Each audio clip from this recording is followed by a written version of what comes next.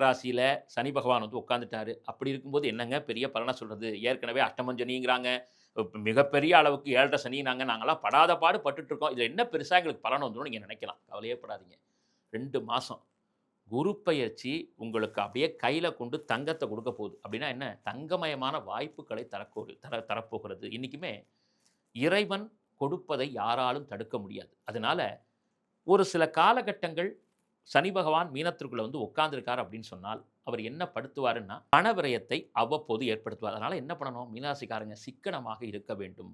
இன்னைக்கு வந்து வாழ்க்கையில வந்து பணம் கிடைக்கிறது கடுமையா உழைச்சா தான், நீங்க 100% கஷ்டப்பட்டா தான் நமக்கு ஒரு 40% சம்பளம் கிடைக்குது. அதனால அந்த கிடைத்த பணத்தை சிக்கனமாக பாதுகாத்துக் கொள்ள வேண்டும். அனாவசியமாக செலவுகளை தவிர்க்க வேண்டும். ஆனால் நிச்சயமா சொல்லப்போனா நண்பர்கள் அதிகமா வரக்கூடியவர்கள், நண்பர்களுக்காகவும் சுற்றுவட்டாரத்தில் இருக்கக்கூடியவர்களாகவும், உறவினர்களுக்காகவும் நிறைய உதவிகளை செய்யக்கூடியவர்கள் இந்த மீனராசிக்காரர்கள். அதனால இந்த மீனராசிக்காரர்கள் முதல்ல பண விஷயத்துல கவனமாக இருக்க வேண்டும். அடுத்தது உடல்நிலையில் கவனமாக இருக்க வேண்டும். கண்ணு, அடி வயிற்று பகுதி, அதே மாரி முதுகுல பார்த்தீங்கன்னா, அந்த ஸ்பைனல் கார்ட்ன்னு சொல்லுவாங்க. அந்த முதுகு தண்டுவடம் இதெல்லாம் பாதிப்பாவறதுக்கு வாய்ப்புகள் இருக்கு. எல்லாருக்கும் கிடையாதுங்க. கண்டிப்பாக அந்த பாதிப்புகள் யார் யாருக்கெல்லாம் முன்னாடி இருந்ததோ, அவர்கள்லாம் ஒரு தடவ வந்து கொஞ்சம் செக் பண்ணிக்கிறது நல்லது. ஒரு டாக்டர் செக்கப் எடுத்துக்கணும். அதே மாரி முக்கியமாக மீனராசிக்காரர்கள் வந்து உதவிகள் நெறையா செய்யறதுனால, அந்த உதவிகளே சில சமயத்தில உபத்திரவமாகவும் போகிவிடும். நம்ம நல்லது செய்ய போய் ஒரு ஒரு தேவையில்லாத ஒரு கெட்ட பேர் கூட இருக்கக்கூடிய காலகட்டம் இந்த ஒரு 1 மாதம் அப்படி இருக்கும். குரு பகவான் பெயர்ச்சியான பிறகு மீனராசிக்காரர்கள் வெற்றி கொடி வாழ்வில் ஏற்றி விடுவார்கள். அந்த அளவுக்கு சிறப்பான காலகட்டம் காத்துட்டு இருக்குது.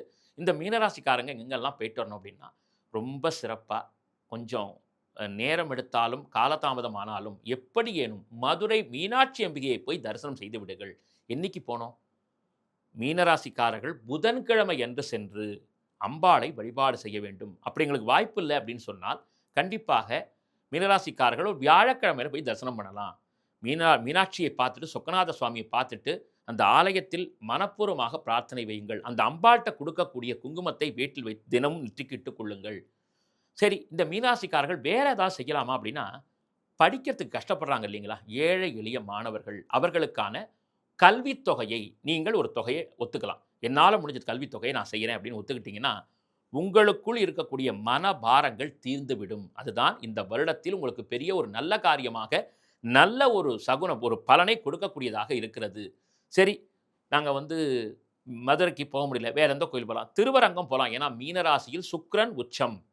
அதனால திருவரங்கநாதனை வெள்ளிக்கிழமையில் தரிசனம் பண்ணோம். எல்லாரும் போறாங்க. இந்த பெருமாள பார்த்துட்டு மேல ஒரு கோபுரம் இருக்கும். அந்த தங்கத்தாலேயே வேயப்பட்ட கோபுரம். அதுதான் பிரணவாகார விமான கோபுரம். அதை கண்குளிர பார்க்கணும். கையில பிரயோக சக்கரத்தோடு பரபாசுதேவ பெருமாள் நின்று கொண்டிருப்பார். அந்த பெருமாள கண்குவிந்து அப்படியே சிரம் தாழ்ந்து வணங்க வேண்டும். சிரம் தாழ்ந்துட்டீங்கன்னா வாழ்க்கையில அப்புறம் நீங்க சிரம் தாழவே மாட்டீங்க. மீனராசியை இறைவன் உயர்த்தி விடுவார். சனி பகவான் அவ்வப்பொழுது அமர்ந்து கொண்டு பல்வலிய குடுப்பாரு. கண்ணுல தேவையில்லாத பிரச்சனைகள குடுப்பாரு. தலைவலிகள் அப்பப்போ வந்துட்டு இருக்கும். அதெல்லாம் ஒண்ணும் கவலைப்படாதீங்க. அதிக அளவு மருந்து மாத்திரைகளை எடுத்துக் கொள்ளாதீர்கள். அதற்கும் மீறி ஏதாவது சிரமங்கள் உங்களுக்கு வருது, கஷ்டங்கள் வருதுன்னா, நீங்க பெரிய அளவு எந்த கஷ்டமும் படாமல், அருகாமையில் இருக்கக்கூடிய சிவபெருமான் ஆலயத்தில் காட்சி தரக்கூடிய, வினைகளையெல்லாம் தீர்க்கக்கூடிய முருகப்பெருமானை பார்த்து, அந்த பெருமானுக்கு முல்லை மலர் சாற்றி வழிபாடு செய்யுங்கள். சரி, அதற்கும் மீறி எங்களுக்கு வந்து எளிமையா நாங்க ஏதாவது செய்யலாமா அப்படின்னு கேட்டீங்கன்னா, திருப்பரங்குன்றம் சென்று வரலாம். திருப்பரங்குன்றம் போனாலும் மீனராசிக்காரர்களுக்கு மிகப்பெரிய வாழ்வில் ஒரு திருப்புமுனை வரும் என்று சொல்லலாம். சரி, அதெல்லாம் ஒரு பக்கம் இருக்கட்டும். எங்க வீட்டிலேயே பக்கத்துல இருக்கக்கூடிய தெய்வமா சொல்லக்கூடாதுன்னா, மீனராசிக்காரர்கள் குலதெய்வத்தை விடாமல் பற்றிக் கொள்ளுங்கள். இந்த குலதெய்வம் குடும்பத்தை மட்டுமல்ல, தலைமுறைதனையும் காப்பாற்றும். ஏன்னா, மீனராசிக்கு பொதுவா வந்து குலதெய்வ வழிபாடு வந்து சில சமயத்துல வந்து எங்களுக்கு குலதெய்வம் வந்து இந்த தெய்வம்னு தெரியல சார் அப்படின்னு பல மீனராசிக்காரங்க சொல்லுவாங்க. அதனால குலதெய்வத்தை முறைப்படுத்தி நீங்கள் பிரார்த்தனை செய்து கொள்ளுங்கள். பொதுவாகவே இந்த நல்ல நேரத்தில தமிழலை நேயர்களுக்கு சொல்லிக்கிறேன். குலதெய்வமே எனக்கு தெரியலன்னு சொன்னால், அவர்கள் யாரை குலதெய்வமாக ஏற்கலாம் என்றால், திருமலை திருப்பதி திருவேங்கடநாதனையும், திருப்பதி சீனிவாச பெருமாளையும், திருச்செந்தூர் முருகப்பெருமானையும், சமயபுர தாயாரையும், சமயபுரத்து மாரியம்மனையும், யாரெல்லாம் குலதெய்வம் தெரியாதவர்கள் இந்த 3 தெய்வங்கள்ல இந்த 3 தெய்வத்தில யார பிடிச்சிருக்குதோ, அவர்களை மனப்பூர்வமாக பிரார்த்தனை செய்து, வீட்டில் அகண்ட தீபம் ஏற்றி பிரார்த்தனை செய்தால், குலதெய்வ பலனை இந்த தெய்வங்கள் தந்துவிடும் என்பதை இந்த நல்ல நேரத்தில சொல்றேன். ஸோ மீனராசிக்காரர்கள் முடியும் பொழுதெல்லாம் குலதெய்வத்துக்கு பிரார்த்தனை பண்ணிட்டு வாங்க. அதற்கும் மீறி வேற ஏதாவது நாங்கள் வந்து செய்யலாமா சார் அப்படின்னு கேட்டிங்கன்னா, கண் தெரியாமல் இருக்காங்க இல்லைங்களா? அந்த கண் தெரியாதவர்களுக்கு நீங்கள் செய்யக்கூடிய உதவி மிகப்பெரிய இறைவனுடைய அன்பை உங்கள் மீது திருப்பி அருள வைக்கும். உங்களுக்கு தேவையானதெல்லாம் குடுக்கும். அதாவது குடும்பத்த குதூகலமாகக்கூடிய விதம். நீங்க அதாவது குடும்பத்தில குடும்பத் தலைவர் ஒரு மீனராசிக்காரர் அப்படின்னா, இல்லத்தரசி நல்லா இருப்பாங்க. குழந்தைகள் நல்லா இருக்கும். நீங்க மட்டும் உழைப்பு அதிகமாக இருக்கும். அலுவலகத்த நிறைய நேரம் செலவழிக்கிற மாரி இருக்கும். கொஞ்சம் வந்து வெளி மாநிலங்களுக்கெல்லாம் போயிட்டு வர மாரி இருக்கும். அலைச்சல் ஜாஸ்தியா இருக்கும். அதனால வந்து கொஞ்சம் சூடு அதாவது வந்து வெப்பம் சம்பந்தமான நோய்கள் வருவதற்கு வாய்ப்பு இருக்கு. அதனால நிறையா வந்து வெள்ளரிக்கா, அப்புறம் வந்து நெல்லிக்கா போன்ற விஷயங்களை எல்லாம் நிறைய சாப்பிடுங்க. அப்படி சாப்பிட்டீங்கன்னா நல்லது. கண்டிப்பாக மீனராசிக்காரர்கள் பயப்பட வேண்டாம்.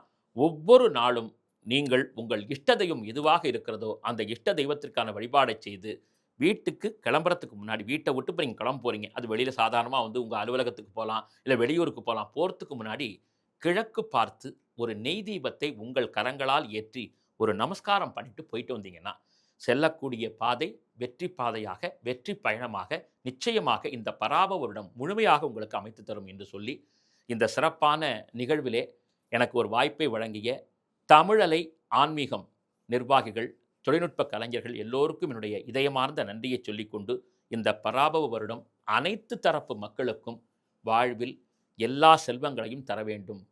மனதில் நிம்மதி தர வேண்டும். முக்கியமாக உலகத்தில் இருக்கக்கூடிய பிரச்சனைகள் தீர்ந்து, உலகம் அமைதி பெற வேண்டும். அதற்கு எல்லாம் வல்ல எம்பெருமானாக விளங்கக்கூடிய திருப்பதி பெருமாள் ஸ்ரீனிவாசனுடைய திவ்ய சரணார விந்தங்களிலே பிரார்த்தனை செய்து கொள்கிறேன். ஓம் நமோ வெங்கடேசாய்.